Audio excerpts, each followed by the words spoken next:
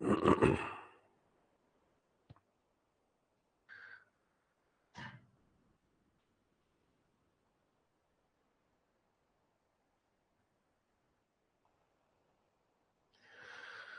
hello everyone. Namaskar. Good morning.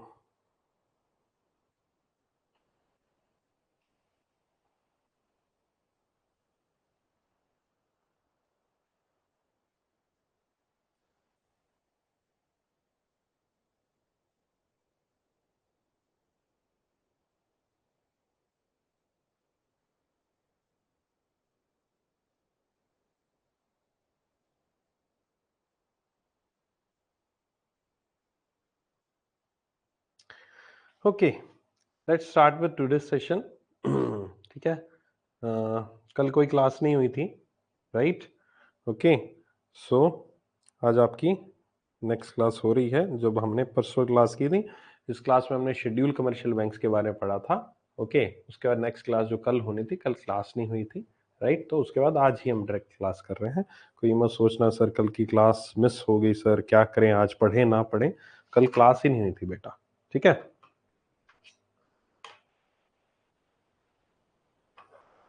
कोमल श्री, अब recording आने में एटलीस्ट मान के चलो 2 से 3 घंटे तो लगते हैं ना यार।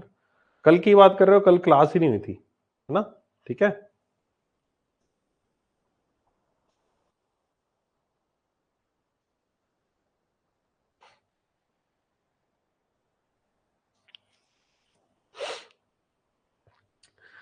स्टार्ट करते हैं आज के सेशन को।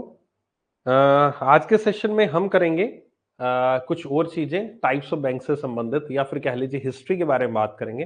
जो कि मैंने कहा था प्रीवियस क्लास में, आपको नेक्स्ट क्लास में हिस्ट्री के बारे में बात करूंगा कि हमारे बैंकिंग सेक्टर कैसे इवॉल्व हुआ, कैसे कैसे शुरुआत हुई, कैसे अलग अलग बैंक्स यहाँ पर, टाइप ऑफ बैंक्स यहाँ पर बनते गए और आगे आते गए। ठीक है, जिसमें यहाँ पर सबसे पहले अगर मैं बताऊं आपको, तो यहाँ पर जो इंडिया में बैंकिंग सिस्टम की शुरुआत हुई थी, आई थिंक पढ़ने में आ रहा होगा, बिल्कुल ठीक है। इंडिया में बैंकिंग सिस्टम की जो शुरुआत हुई थी वो यहाँ पर बैंक ऑफ हिंदुस्तान 1770 में हुआ था। यहाँ पर बेसिकली ये देखो, ये एक ऐसी चीज है जिसमें कुछ भी ऐसा समझाने वाला कुछ भी नहीं है। जिसमें एक बार वन रीड दे रहा हूं इसको साथ साथ आपके, ठीक है? अब रीड मेरे साथ करते रहिए, इसमें एज सच और कुछ भी पढ़ने वाला, समझाने वाला नहीं होगा, बिकॉज ये एक फैक्ट है और फैक्ट हमेशा एज इट इज ही रहेगा जो रहेगा। 1770 में एस्टेब्लिशमेंट हुआ था बैंक ऑफ हिंदुस्तान का कलकत्ता में, जिसमें यहाँ पर इंडियन फाइनेंशियल सिस्टम की फॉर्मली शुरुआत कर दी गई थी।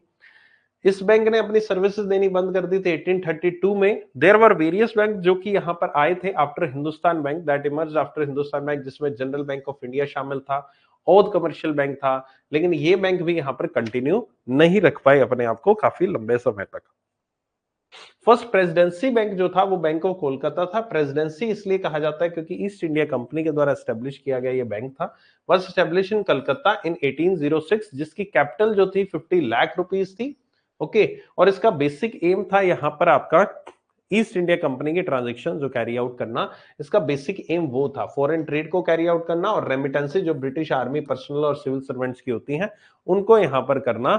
ये उनका बेसिक मकसद था बैंक ऑफ कोलकाता की एस्टेब्लिशमेंट के लिए। गवर्नमेंट का हिस्सा इसमें 20% of share capital. This was named as the Bank of Bengal, इसको नाम दिया गया 1809 में।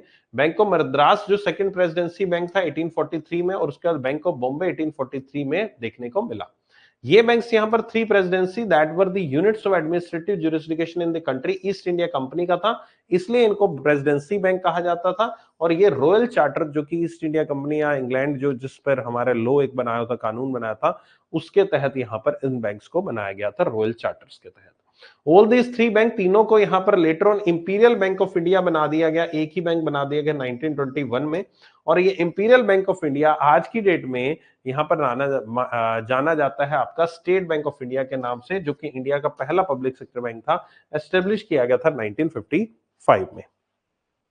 ठीक है, तो ये चीज किया गया था यहाँ पर आपका 1955 में, स्टेट बैंक ऑफ इंडिया नाम इसको दे दिया गया था, राइट? चलिए, during the late 19th century and early 20th century as a fall out of the Swadeshi movement, Swadeshi movement जो आई थी, इसके बाद यहां पर प्योर जो इंडिया में ही बैंक एस्टेब्लिश किए गए, इंडियन फर्म्स के द्वारा, इंडिया के लोगों के द्वारा जो एस्टेब्लिश किए गए थे, उनकी बात की गई। दीज इंक्लूडेड, जिसमें पंजाब नेशनल बैंक 1874 में आया, bank of India and the Canara bank 1906 में, Indian bank 1907, bank of Baroda 1908, central bank of India 1911 में बना। इसके अलावा कोऑपरेटिव मूवमेंट जो कि यहाँ पर श्री विठल एल कावठेकर जी के द्वारा शुरुआत की गई थी, 1889 की बात कर रहा हूं, ओके। और the second urban cooperative bank, इसके तहत यहाँ पर कोऑपरेटिव बैंक्स की शुरुआत की गई। और उसके अलावा यहाँ पर आपका दैट इज दी बड़ौदा में, और सेकेंड अर्बन कोऑपरेटिव बैंक फिर पीपल्स कोऑपरेटिव सोसाइटी 1905 में बेंगलुरु में यहाँ पर ओपन किया गया, जो कि यहाँ पर मैसूरू स्टेट में आता है। और these banks were basically related to the जो लोअर इनकम ग्रुप पॉपुलेशन है उनको टारगेट करते हुए कोऑपरेटिव बैंक्स भी यहाँ पर बनाए गए। फिर रूरल कोऑपरेटिव मूवमेंट स्टार्ट हुआ, जो कि यहाँ पर बेसिकली विलेज लेवल पे जो लोन लोगों को चाहिए उनसे संबंधित यहाँ पर समस्याओं को ध्यान में रखते हुए बनाए गए।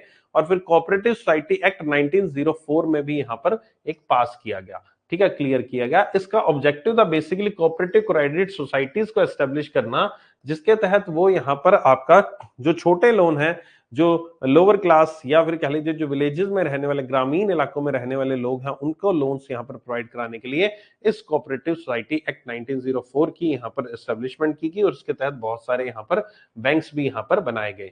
1920s और 1930s में यहाँ पर फाइनेंशियल मार्केट जो था काफी ज्यादा अब ऊपर नीचे दाएं बाएं यहाँ पर काफी ज्यादा उसमें समस्या चल रही थी।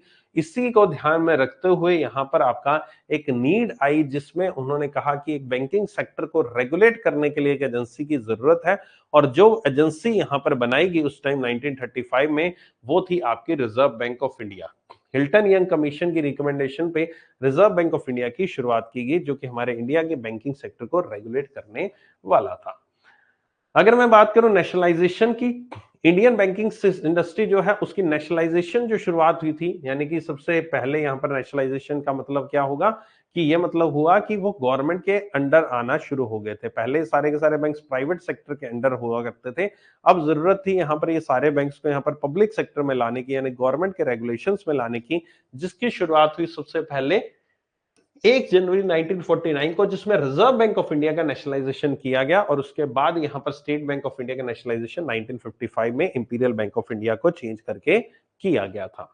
उसके बाद यहां पर आपका सीधा चलते हैं 1969 में, जुलाई 1969 में, जब यहां पर आपका ऐसे बैंक्स जिनकी कैपिटल कह लीजिए या फिर उनके बाद डिपॉजिट जो कह लीजिए 50 करोड़ रुपए से ऊपर था, उनको यहां पर नेशनलाइज किया गया, उनको गवर्नमेंट के रेगुलेशन के अंडर लाया गया। वो 14 बैंक्स के नाम ये दे रखे हैं। और उसके बाद 1980 में another nationalisation was carry out, जिसमें यहां पर ये टोटल 6 बैंक जो थे वो यहां पर नेशनलाइज हुए, जिसमें लेटर ऑन एक न्यू बैंक ऑफ इंडिया जो था वो यहां पर पीएनबी में मर्ज कर दिया गया, तो पंजाब नेशनल बैंक में उसका मर्जर हो गया था।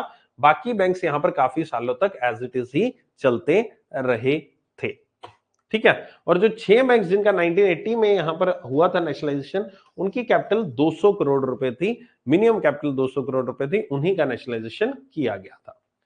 आरबीआई ने उसी दौरान एक लीड बैंक स्कीम का भी यहां पर शुरुआत की। लीड बैंक स्कीम दिसंबर 1969 में यहां पर इसकी शुरुआत हुई, जिसका बेसिक काम क्या था, जिसका बेसिक काम था यहां पर एक एरिया में पर्टिकुलरली सभी बैंक्स को मॉनिटर करना। जैसे आरबीआई है, आरबीआई तो पूरे इंडिया में मॉनिटर करता है सभी के सभी बैंक, सभी के सभी ब्रांचेस को। उसी तरह से एक छोटे लेवल पर यहां पर अगर गवर्नमेंट ऑफ इंडिया कोई गाइडलाइंस दे रही है और वो इंस्ट्रक्शन पास ऑन करना चाहती है सभी के सभी बैंक्स को, तो वो क्या करती है, वो यहाँ पर गवर्नमेंट ऑफ इंडिया अपने जो लोकल एडमिनिस्ट्रेशन है, जो कलेक्टरेट्स हैं यहाँ पर, उनको गाइडलाइन जारी करती है। और ये गाइडलाइंस यहाँ पर कलेक्टरेट के थ्रू एक पर्टिकुलर बैंक को जाती है, और वो बैंक यहाँ पर उन गाइडलाइंस को बाकी लोकल जो एरिया में यहाँ पर बैंक्स हैं यहाँ पर उनको स्प्रेड करते हैं, यानी कि डिस्ट्रिक्ट वाइज यहाँ पर होता है। Government of India central level से वो यहाँ पर डिस्ट्रिक्ट कलेक्टर्स के पास वो जाएगी, बीच में जो भी हिरार्की है उसके थ्रू, और डिस्ट्रिक्ट कलेक्टर उन स्कीम्स को, उन योजनाओं को, उन पॉलिसीज को जो कि गवर्नमेंट ऑफ इंडिया ने कहा है उसको इंप्लीमेंट करने के लिए जो लोकल एडमिनिस्ट्रेशन है, जो कलेक्टरेट्स हैं, जो मैजिस्ट्रेट्स होते हैं, डीएम्स होते हैं हमारे एरिया के, वो यहाँ पर स्प्रेड करेंगे उनको लोकल बैंक्स को। और लोकल बैंक्स को अब एडमिनिस्ट्रेशन एक एक करके नहीं बताएगा, लोकल बैंक्स को बताने के लिए वो क्या करेंगे, लोकल बैंक्स को बताने के लिए वो एक बैंक होगा जो कि कहलाता है लीड बैंक, जो कि हर एक एरिया का एक बैंक, हर एक डिस्ट्रिक्ट का एक बैंक होता है लीड बैंक। जो ये लीड बैंक ऑलमोस्ट उन्हीं बैंक्स का होता है जिनकी बैंक की ब्रांचेस उस एरिया में सबसे ज्यादा होती हैं। ठीक है। मोस्ट ऑफ दी जगह पर आपको लीड बैंक जो है स्टेट बैंक ऑफ इंडिया मिलेगा। तो स्टेट बैंक ऑफ इंडिया का अलग से एक ब्रांच ओपन होती है जिसको हम लीड बैंक ब्रांच कहते हैं, जिसका केवल और केवल काम क्या होता है, जिसका काम होता है जो लोकल एडमिनिस्ट्रेशन है उससे कुछ ना कुछ ऑर्डर लेना और उन ऑर्डर्स को यहाँ पर आपका जितने भी लोकल बैंक्स हैं उसके ज्यूरिसडिक्शन में जो आते हैं, जो डिस्ट्रिक्ट में आते हैं, उन सभी बैंक्स को रिस्पेक्टिव ऑफ द बैंक कौन सा है, मान लीजिए मैं State Bank of India as lead bank हो, जरूरी नहीं है मैं स्टेट बैंक ऑफ इंडिया की ही ब्रांचेस को इंस्ट्रक्शन दूंगा, नहीं, मैं सभी ब्रांचेस जो हैं, चाहे पंजाब नेशनल बैंक हो, चाहे बैंक ऑफ बड़ौदा हो, चाहे यूनियन बैंक हो, चाहे बैंक ऑफ इंडिया हो, चाहे इंडियन बैंक हो, जो भी बैंक है उन सबकी ब्रांचेस को मैं इंस्ट्रक्शन पास ऑन करूंगा कि ये लोकल एडमिनिस्ट्रेशन की तरफ से ऑर्डर है, आप इनको पालना कीजिए, इनकी यहाँ पर आपको ये चीज पूरी करनी है या आपको टारगेट्स दिए गए या पूरे करने हैं, ठीक है। तो ये चीज यहाँ पर आपकी की जाती है लीड बैंक स्कीम के तहत, जिसको 1969 में यहाँ पर शुरुआत किया गया था। इन द मीनवाइल 1974 में एक रीजनल रूरल बैंक एक्ट की भी यहाँ पर पास किया गया, जिसमें आरआरबीज को एस्टेब्लिश किया गया था।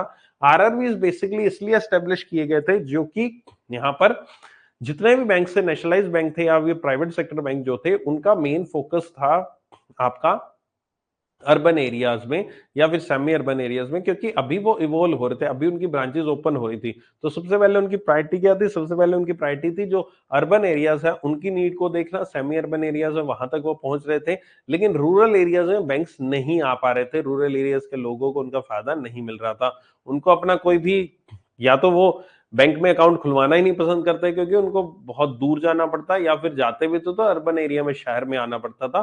तो उनकी पोजीशन को, उनकी सिचुएशन को कैटर करने के लिए यहाँ पर एस्टेब्लिश किए गए रीजनल रूरल बैंक, ग्रामीण बैंक्स जो लॉन्च किए गए, और उन बैंक्स को यहाँ पर बेसिकली बनाया ही इसलिए गया था क्योंकि उनकी ब्रांचेस स्पेसिफिकली रूरल एरियाज में ही एस्टेब्लिश की गई थी। और आजकल की डेट में उनकी ब्रांचेस यहाँ पर अर्बन में आ रही हैं, तो वही हो रहा है कि पहले वो अर्बन रूरल से शुरुआत हुई, उनकी ब्रांचेस अब अर्बन में आ रही हैं, जो अर्बन में स्टार्ट की गई उनकी ब्रांचेस अब रूरल में जा रही हैं। तो ये चीज प्रोसीजर हुआ। तो रीजनल रूरल बैंक्स इसी पर्पस के साथ एस्टेब्लिश किए गए थे यहाँ पर आपके, ठीक है।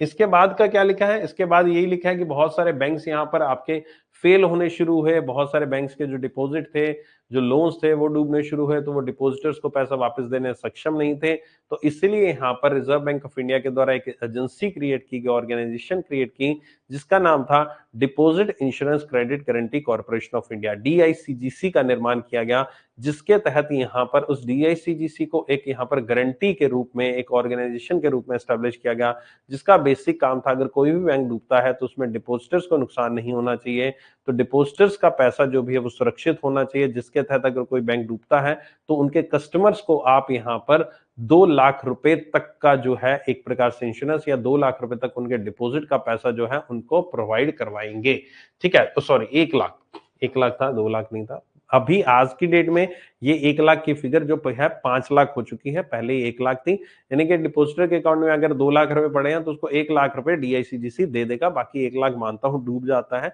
अगर कोई भी बैंक बंद होता है तो, लेकिन एटलीस्ट उसको 1 लाख मिल जाएगा। हाँ, किसी अकाउंट में 1 लाख है तो 1 लाख मिलेगा। अब ये 1 लाख की फिगर अब बदल चुकी है, जब शुरुआत हुई थी तो अब 1 लाख थी, आज की डेट में ये फिगर 5 लाख हो चुकी है, तो ध्यान रखना, थोड़ा सा कंफ्यूज मत हो जाना, अगर क्वेश्चन आता है तो 1 लाख नहीं आएगा उसका आंसर, 5 लाख रुपए आपका आएगा उसका उत्तर, ठीक है, okay. In the aftermath of liberalisation recommendation of the Narasimhan committee एक आई थी 1991 में, जिसने यहाँ पर प्राइवेट सेक्टर बैंक्स को फिर से ओपन कर दिया, यानी कि पिछले बीच में प्राइवेट सेक्टर बैंक्स को एस्टेब्लिश करने के लिए मना कर दिया गया था, लेकिन प्राइवेट सेक्टर बैंक्स को फिर से यहाँ पर लाइसेंस देने शुरू किए गए।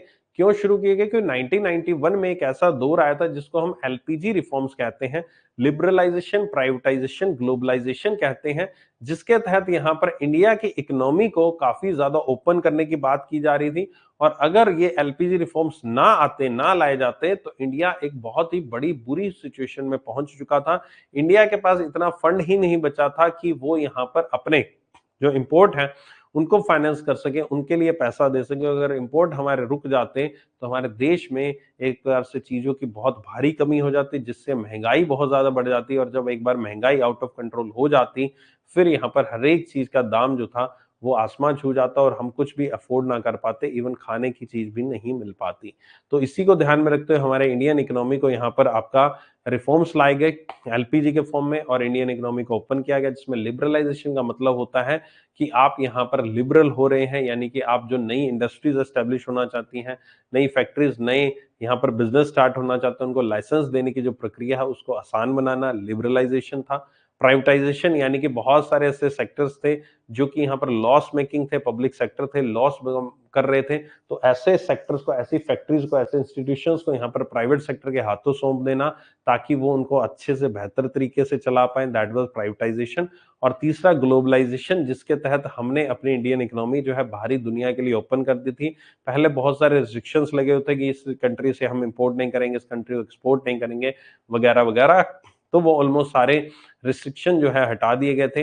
बहुत सारी कंट्रीज अब उस लिस्ट में शामिल हो चुकी थी जिससे हम एक्सपोर्ट भी कर सकते हैं, जिससे हम इंपोर्ट भी कर सकते थे। So this was about the LPG reforms, जो कि हमारे देश की इकोनॉमी में बहुत बड़ा एक रोल, एक टर्निंग पॉइंट रहा था। तो उसी दौरान यहाँ पर जब प्राइवेटाइजेशन की बात चल रही थी तो प्राइवेट बैंक्स को यहाँ पर आपका दोबारा से एस्टेब्लिश करने की भी बात चली, ताकि प्राइवेट सेक्टर बैंक्स आएंगे, थोड़ा बहुत इकोनॉमी को और बूस्ट मिलेगा और कंपटीशन थोड़ा सा बनेगा, पब्लिक सेक्टर बैंक्स भी थोड़ा बेहतर तरीके से इस कंपटीशन की वजह से काम करना शुरू कर देंगे। ठीक है, अकॉर्डिंगली जून 1994 में सबसे पहले आईसीसी बैंक की शुरुआत की गई, उसके बाद एचडीएफसी बैंक की शुरुआत अगस्त 1994 में आपकी हो चुकी थी। इसी दौरान यहाँ पर आपका लिबरलाइजेशन के बाद, पोस्ट यानी एलपीजी के बाद, अदर प्राइवेट बैंक्स भी सेटअप किए गए। कोटक बैंक 2003 में एस्टेब्लिश किया गया, यस बैंक 2004 में यहां पर एस्टेब्लिश किया गया था।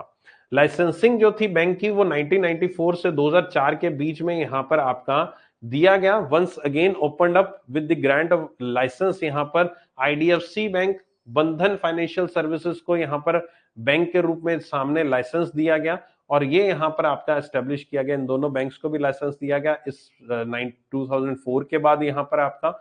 और इसके बाद लेटेस्ट जो है 2015 में दो टाइप्स के और बैंक आए जो कि payment bank and small finance bank आपके कहलाते हैं।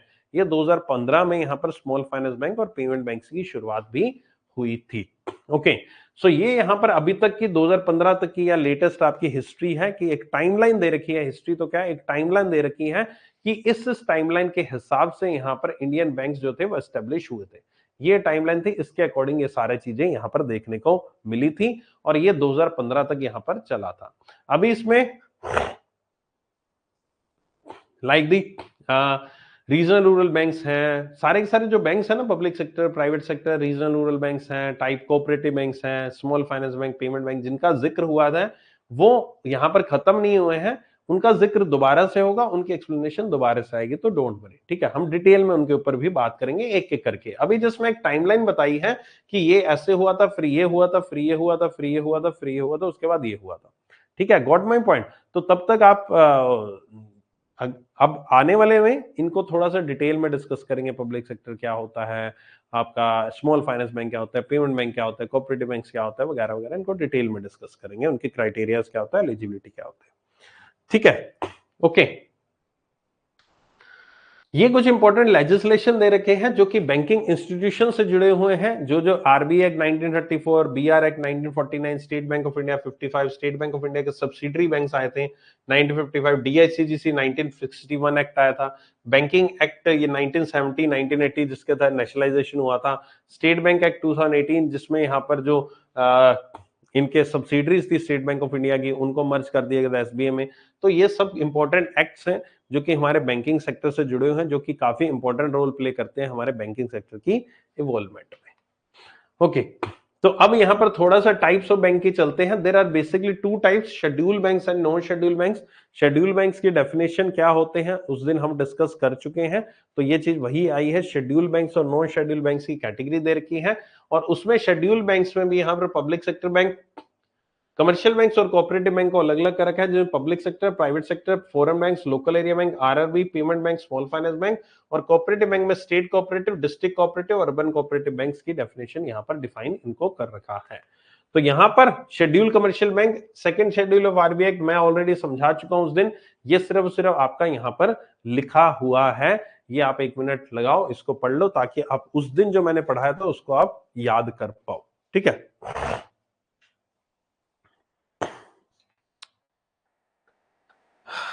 क्विजेज में, हाँ क्विजेज में दूंगा ना आपको, मॉक टेस्ट के रूप में दूंगा क्विजेज में। क्लास में तो थ्योरी चलेगी, जो क्विजेज आएंगे वो आपके इसी कोर्स में आपके मॉक टेस्ट के रूप में दिए जाएंगे, ठीक है। विद इन 2-3 डेज आपके मॉक टेस्ट शुरू हो जाएंगे उस पे।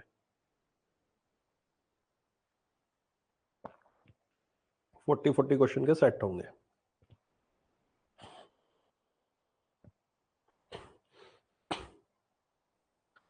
मुस्कान मेंस के लिए बता दो बेटा। मुस्कान, इस कोर्स की ना पहली क्लास देख लो, मैंने उस कोर्स की पहली क्लास में ना काफी कुछ बताया हुआ है कि कैसे क्या तैयारी करनी होती है करंट अफेयर्स या जनरल अवेयरनेस की, है ना। Sir yes bank youth enterprise scheme bank, मुझे इसका फुल फॉर्म नहीं पता, और ना ही आज तक इसका फुल फॉर्म पूछा जाता है एग्जाम में, ठीक है। नहीं बेटा, कल कोई क्लास नहीं हुई थी, ना ही ये वाली क्लास हुई थी, ना ही और कोई क्लास हुई थी। कल मेरी पेड क्लास कोई भी नहीं हुई थी।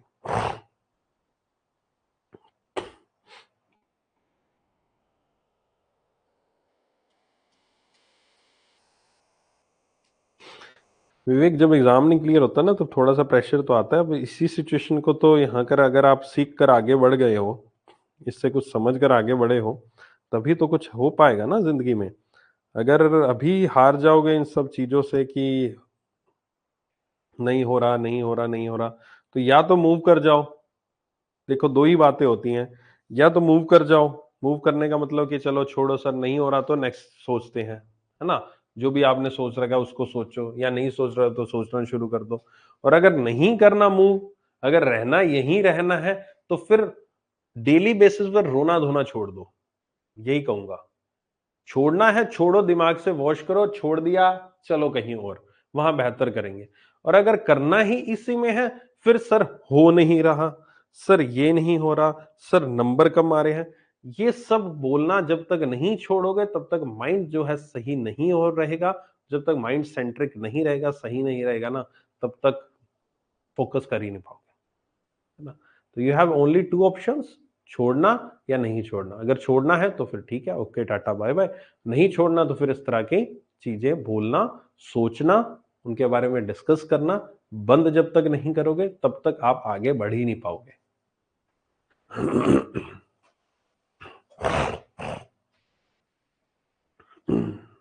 चल, पढ़ लिया ये, क्लियर है। नीचे वाला भी पढ़ लिया होगा आपने, जो कि एक इसी का ही चार्ट का एक्सप्लेनेशन दे रखा है, राइट, ठीक है। ओके, जो नॉन शेड्यूल बैंक्स हैं, जो यहां पर शेड्यूल बैंक्स तो मैंने बता दिए, नॉन शेड्यूल बैंक्स भी मैंने बताए थे जो ये शेड्यूल में नहीं है, तो उनके बारे में लिखा हुआ पढ़ते हैं। Non schedule banks are those banks, ऐसे बैंक्स हैं that are not listed in second schedule to the RBI act, जो कि आरबीआई एक्ट के सेकंड शेड्यूल में यहां पर लिस्टेड नहीं है। मिनिमम कैपिटल रिक्वायरमेंट जो नॉन शेड्यूल बैंक्स की, जो कि सेक्शन 11 ऑफ बीआर एक्ट 1949 में लिखी हुई है, और capital requirement of the schedule bank जो है वो section 42(6) of the RBI act 1934 में लिखी हुई है। तो यहां पर डिफरेंस है कि नॉन शेड्यूल बैंक्स की कैपिटल के बारे में सेक्शन 11 बैंकिंग रेगुलेशन एक्ट में है, और जो शेड्यूल बैंक्स की कैपिटल है उसका जिक्र section 42 of the RBI act 1934 में है। क्योंकि हम सेकंड शेड्यूल की बात करें तो वहीं पर वो आरबीआई एक्ट में ही डिफाइन किया जाता है। आज की डेट में 3 local area banks, 11 state cooperative banks and 1477 cooperative banks जो हैं, अर्बन कोऑपरेटिव बैंक, जो कि यहां पर आरबीआई के डाटा के अनुसार नॉन शेड्यूल बैंक की कैटेगरी में आते हैं। ये एक फिगर दे रखी है यहां पर आपकी कि नॉन शेड्यूल बैंक्स की संख्या कितनी है, संख्या कितनी है। ये इतनी बड़ी संख्या है, आप देख सकते हैं। डिस्ट्रिक्ट सेंट्रल कोऑपरेटिव बैंक्स यहां पर are not accorded schedule status, उनको नहीं दिया गया डिस्ट्रिक्ट सेंट्रल कोऑपरेटिव बैंक को, कुछ कारणवश। यहां पर ये बैंक्स यहां पर स्टेट कोऑपरेटिव बैंक्स के अंडर यहां पर आपका काम करते हैं, और उन्हीं के तहत यहां पर रेमिटेंसेज एंड अदर फैसिलिटीज यहां पर एंजॉय करते हैं, to which they are federated, यानी कि जिनसे वो लिंक है उन्हीं के थ्रू यहां पर करते हैं। डिस्ट्रिक्ट सेंटर कोऑपरेटिव बैंक होता है, स्टेट कोऑपरेटिव बैंक के साथ लिंक किए जाते हैं, और उन्हीं के थ्रू यहां पर रेमिटेंस फैसिलिटी एंजॉय करते हैं। नॉर्मली डिस्ट्रिक्ट कोऑपरेटिव बैंक जो है वो शेड्यूल की कैटेगरी में नहीं है, वो नॉन शेड्यूल की कैटेगरी में, लेकिन स्टिल वो स्टेट के साथ मिलकर, स्टेट कोऑपरेटिव बैंक जो कि शेड्यूल कमर्शियल बैंक्स हैं, उनके साथ मिलकर यहां पर रेमिटेंस फैसिलिटीज प्रोवाइड करवा देते हैं, ठीक है। ओके,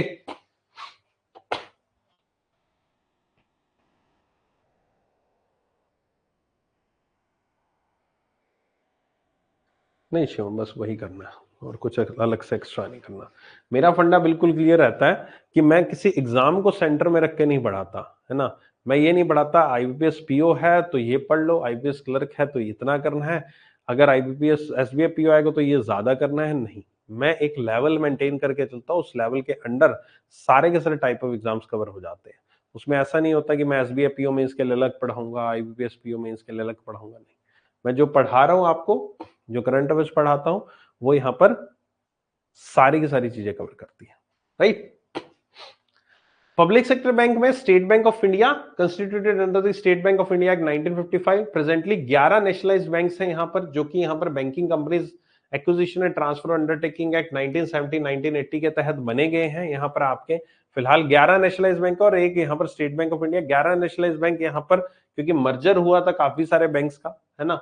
इसमें यहाँ पर पीएनबी, ओबीसी, यूबीआई का मर्जर, पीएनबी एक बन गया था, United bank, sorry union bank, Andhra bank, corporation bank, union bank of India बन गया था, Canara bank, syndicate bank, Canara bank बन गया था, Indian bank, Allahabad bank, Indian bank बन गया था, और एक बैंक ऑफ बड़ौदा भी था जिसमें विजय बैंक और देना बैंक का मर्जर हुआ था, तो वो बैंक ऑफ बड़ौदा बन गया था। ठीक है, तो ये यहाँ पर आपके क्या था, वो बीओबी प्लस विजय प्लस यहाँ पर क्या था, देना बैंक,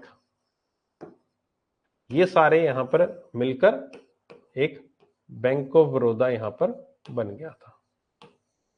ठीक है, ये एक एंटिटी बनी थी। तो ये यहां पर कुछ बैंक्स मर्ज हुए थे और कुछ बैंक्स यहां पर मर्ज नहीं होते, तो टोटल मिलाकर इंडिया में आज की डेट में 11 पब्लिक सेक्टर बैंक्स हैं, और इन 11 public sector bank nationalised banks हैं और एक यहां पर स्टेट बैंक ऑफ इंडिया, तो टोटल 12 पब्लिक सेक्टर बैंक्स हैं आपके इंडिया में। स्टेट बैंक ऑफ इंडिया की 7 सब्सिडरीज हुआ करती थी, जो कि यहां पर state Bank of India subsidiary act 1959 के तहत बनाई गई थी, जिनको हम एसोसिएट बैंक कहते थे स्टेट बैंक ऑफ इंडिया का, जिसमें से काफी सारे बैंक्स का धीरे धीरे मर्जर कर दिया गया 2008 और 2017 के बीच में, जिसमें state Bank of Saurashtra, state Bank of Indore जो है वो स्टेट बैंक ऑफ इंडिया के साथ मर्ज किए गए। उसके बाद State Bank of Hyderabad, Patiala, State Bank of Travancore, Mysore, State Bank of Bikaner, Jaipur, ये 2017 में मर्जर किया गया था। ठीक है, तो जब यहां पर नेशनलाइजेशन हुआ था 1969 1980 में, जब यहां पर 27 नेशनलाइज्ड बैंक बने थे, जिसमें से न्यू बैंक ऑफ इंडिया को यहां पर पंजाब नेशनल बैंक ने 93 में टेक ओवर कर लिया था। उसके बाद कोई भी मर्जर एक्विजिशन नहीं हुआ था, लेकिन फिर 2017, 20, 2008 तक, उसके बाद धीरे धीरे फिर बहुत सारे यहाँ पर बहुत सारे मर्जर वगैरह देखने को मिले, तो इनकी संख्या 26 से रिड्यूस होकर टोटल 11 हो गई थी। तो 27 तो तब थे, ठीक है, ओरिजिनली 1969 1980 में, और उसके बाद फिर एक मर्ज हुआ, फिर 26 रह गए, और 26 के बाद आज की डेट में 11 प्लस 1 यानी कि स्टेट बैंक ऑफ इंडिया भी यहां पर आपका इंक्लूड हो चुका है। ठीक है, तो ये आपका पब्लिक सेक्टर बैंक्स की यहां पर एक चीज आ गई कि पब्लिक सेक्टर बैंक की थोड़ी सी हिस्ट्री अलग से यहां पर मेंशन करके, पब्लिक सेक्टर बैंक ऐसे बैंक जिसमें यहां पर सरकार का जो है 51% से ज्यादा हिस्सा होता है, उसको हम पब्लिक सेक्टर बैंक कहते हैं।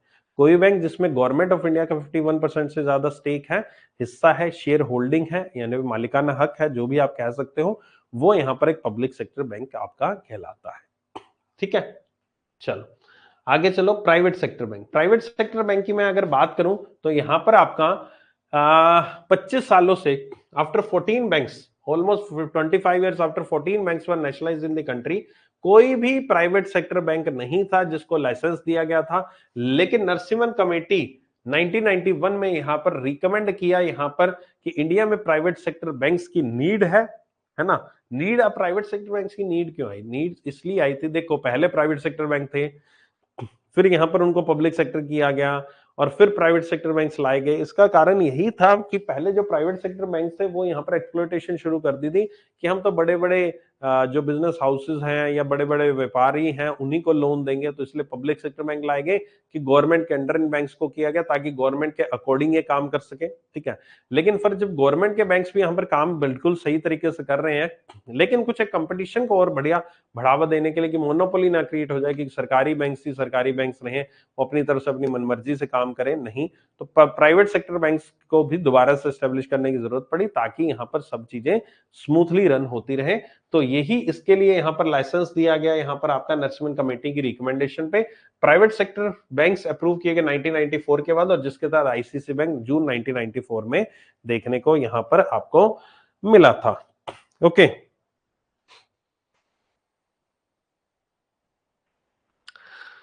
Okay,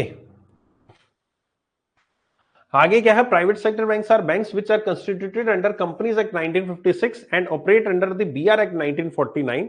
eight present there are 21 private sector bank India में काम कर रहे हैं कंट्री में, out of which 12 are the old private sector bank and the remaining are the new private sector bank. Okay, तो ये यहां पर आपका टोटल 21 प्राइवेट सेक्टर बैंक है, 12 ओल्ड प्राइवेट सेक्टर बैंक है और बाकी न्यू प्राइवेट सेक्टर बैंक है। अब ओल्ड प्राइवेट सेक्टर और न्यू प्राइवेट सेक्टर की डेफिनेशन क्या है? ओल्ड प्राइवेट सेक्टर बैंक्स वो बैंक्स हैं जो कि यहां पर आपके नेशनलाइजेशन से पहले एस्टेब्लिश किए गए थे, यानी कि उनकी यहां पर नेशनलाइजेशन नहीं हुआ था। बहुत सारे बैंक्स थे इंडिया में, तो ऐसा नहीं था कि जितने बैंक थे सबका नेशनलाइजेशन कर दिया गया था। नेशनलाइजेशन केवल उन्हीं का हुआ था जिनकी कैपिटल 50 करोड़ या फिर 200 करोड़ से ज्यादा थी 1960 और 1980 में रिस्पेक्टिवली। उसके अलावा बहुत सारे बैंक्स थे जिनकी कैपिटल उतनी नहीं थी, तो उनको as it is private sector ही रखा गया था। तो नेशनलाइजेशन के पहले के जो बैंक एस्टेब्लिश थे उनको प्राइवेट सेक्टर बैंक कहा जाता है, और नेशनलाइजेशन के बाद यानी 1991 के बाद जब दोबारा से एस्टेब्लिश होने लगे तो उनको न्यू प्राइवेट सेक्टर बैंक्स कहा जाता है। ठीक है, तो ये वही डेफिनेशन यहां पर लिखी हुई है। यहां पर 1993 में यहां पर ओल्ड प्राइवेट सेक्टर बैंक जिनकी नेटवर्थ 50 करोड़ से ज्यादा थी उनको 50 करोड़ रुपीस अचीव करने के लिए बोला गया था। 31 मार्च 2001 तक आपको 50 करोड़ रुपीस अपनी कैपिटल करनी है।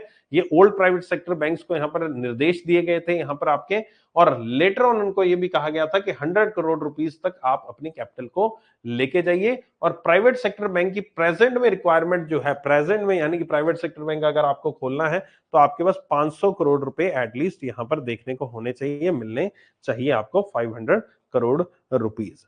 ठीक है, ओके। अब आगे क्या है, आगे यहां पर बात कर रहे हैं हम यहां पर कुछ और बैंक्स की, जिसमें प्राइवेट सेक्टर बैंक की बात कर रहे हैं, जिसमें minimum paid up capital 500 crore रुपए मैंने अभी आपको बताई। ठीक है, bank should maintain a minimum net worth of 500 crore रुपए, वही कैपिटल की बात कर रहे हैं आपका।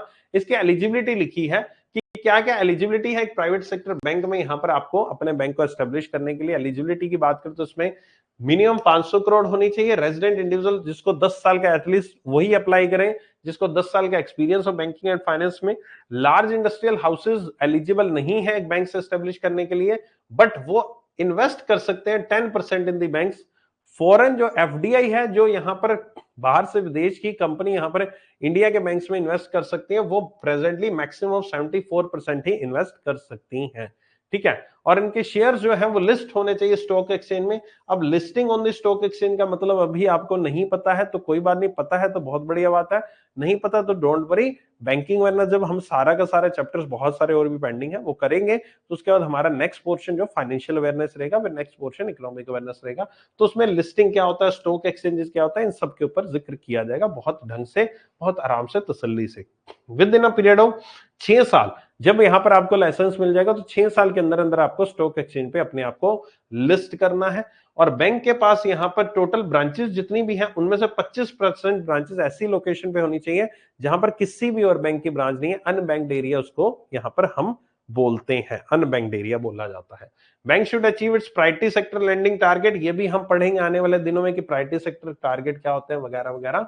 तो ये एक मिनिमम क्राइटेरिया दे रखा है कि अगर एक प्राइवेट सेक्टर बैंक है उसको यहाँ पर लाइसेंस चाहिए तो वो किस तरह से लाइसेंस यहाँ पर ले सकता है। अगर आप ये सारी कंडीशन फुलफिल करते हैं तब आरबीआई कंसीडर करेगा, ऐसा नहीं कि नहीं देगा, तब आरबीआई कंसीडर करेगा कि आपको यहाँ पर लाइसेंस दिया जा सकता है, नहीं दिया जा सकता। ये अप्लाई करने के लिए बेसिक कंडीशंस है।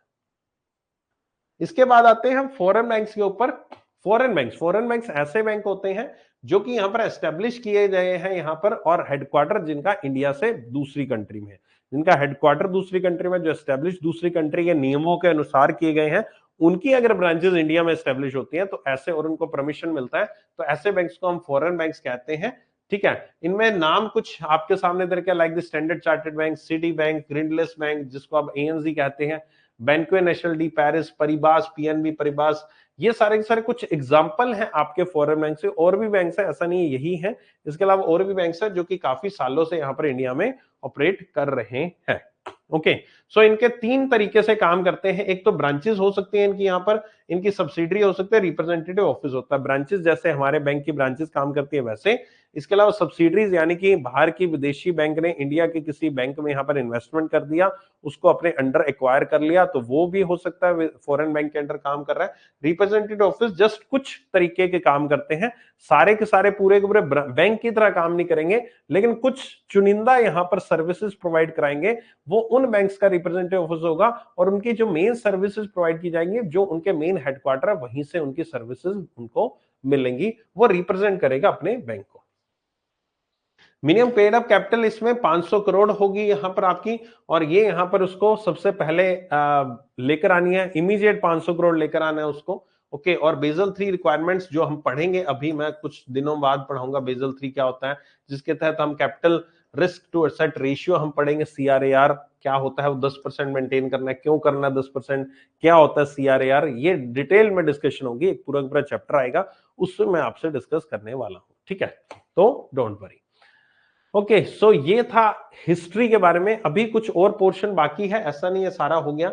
यानी कि अभी मैंने आपको बताना है, पब्लिक सेक्टर बैंक की बात करें, प्राइवेट सेक्टर बैंक की हमने बात कर ली। ठीक है, ये फॉरेन बैंक्स हो गया। ठीक है, local area bank, RRB, payment bank, small finance bank, cooperative banks के ऊपर हम कल की क्लास में डिस्कशन करेंगे। कल शायद सैटरडे है कि कल फ्राइडे है, क्या है ना, कल तो सैटरडे है ना, मंडे को अब नेक्स्ट क्लास आपकी होगी। मंडे को हम जो बाकी बचे हुए हैं आपके local area, RRBs, payment, small finance bank, इनके ऊपर हम मंडे को चर्चा करेंगे। आई होप कि सेशन अभी तक का आपको पसंद आया होगा, अच्छा लगा होगा। ठीक है, और मजा आया होगा, कुछ नया आपको सीखने को मिला होगा इसमें, राइट। आज की चैप्टर जो था ज्यादा समझने वाला नहीं था, आज का चैप्टर जो था थोड़ा सा रट्टाफिकेशन वाला, फ्रेंकली बोल रहा हूँ, रट्टाफिकेशन वाला था। ये एक दो चैप्टर ही, एक दो लेक्चर्स होते हैं जिसमें आपको रट्टा मारना पड़ता है, बाकी लेक्चर्स में आपको रट्टा मारना पड़ता है लेकिन समझ कर रट्टा मारना पड़ता है। लेकिन ये वाले चैप्टर में कुछ समझने वाला नहीं था, है ना। अगले चैप्टर में कुछ चीजें समझने वाले आएंगे, जब मैं small finance bank, payment bank वगैरह समझाऊंगा तो समझ कर याद करने वाली चीजें हैं। ठीक है, लेकिन आज का थोड़ा सा मुझे भी, जब मैं भी पढ़ाता हूँ हिस्ट्री विस्ट्री, मुझे बोरिंग लगता है पढ़ाना, मेरा भी मन नहीं करता, लेकिन क्या करें, मजबूरी है ना। तो इसको रट कर ही कर सकते हो, क्योंकि ईयर्स बहुत सारे हैं, फिगर्स बहुत सारी हैं, कैपिटल की रिक्वायरमेंट, ये रिक्वायरमेंट, वो रिक्वायरमेंट, तो 2-4 बार जब पढ़ोगे इन चीजों को तो याद हो जाएंगे, उम्मीद करता हूँ। ठीक है, हाँ जी, सेशन मेरी तरफ से ओवर हो चुका है आज का। ठीक है, आज के सेशन में बस इतना ही था, क्योंकि आगे वाला जो टॉपिक है वो हम कल करेंगे बाकी। ठीक है, फॉरेन बैंक वाला स्लाइड दिखा दो, फॉरेन बैंक वाला स्लाइड कहाँ गया, ये वाला, ये लो देख लो। ठीक है, क्वेश्चन सोनालिका काफी समय से तो नहीं आ रहे हैं, है ना, मतलब प्योर हिस्ट्री से, बहुत पुरानी हिस्ट्री से क्वेश्चंस नहीं आ रहे कि वो कब पहला बैंक कब बना था, ओद commercial bank, bank of Hindustan, presidency bank, वो टाइप के नहीं आ रहे। लेकिन हाँ, जैसे ये कैपिटल पूछ लेते हैं, है ना, सीआरएआर रिक्वायरमेंट कितनी है ये पूछ लेते हैं, इस तरह के क्वेश्चन जो लेटेस्ट वाले हैं वो आ रहे हैं। ठीक है, बहुत पुराने नहीं आ रहे कि कौन से ईयर में एस्टेब्लिश हुआ था, वैसे नहीं, वैसी चीजें नहीं। एलिजिबिलिटी क्राइटेरिया जैसे ये है, ये पूछ सकते हैं eligibility criteria, statement based question आ जाएगा इस तरह का, है ना। तो इस तरह की चीजें आपसे पूछते हैं। ये जैसे कमर्शियल बैंक, उस दिन एक क्वेश्चन आया था, इनमें से कौन सा फॉरेन बैंक है, एक क्वेश्चन आया था उस दिन किसी एग्जाम में, आरआरबी में शायद आया था, फॉरेन बैंक पूछ लिया था उसमें से। तो ये इस टाइप की चीजें आ रही हैं, है ना। तो वो आपको इन चीजों की समझ होगी तभी आप उन क्वेश्चन का आंसर दे पाओगे। मर्जर के रिगार्डिंग क्वेश्चन आ जाए, कौन सा बैंक किसके अंदर है, स्टेट बैंक ऑफ इंडिया क्या था, कैसे था, बस दैट्स इट। ठीक है, इतना कोई आज इतने सालों से तो नहीं आ रहा प्योर हिस्ट्री से क्वेश्चन, बाकी कुछ पता नहीं है यार ना, ये इनमें से जरूर आ रहे हैं एलिजिबिलिटी वगैरह से।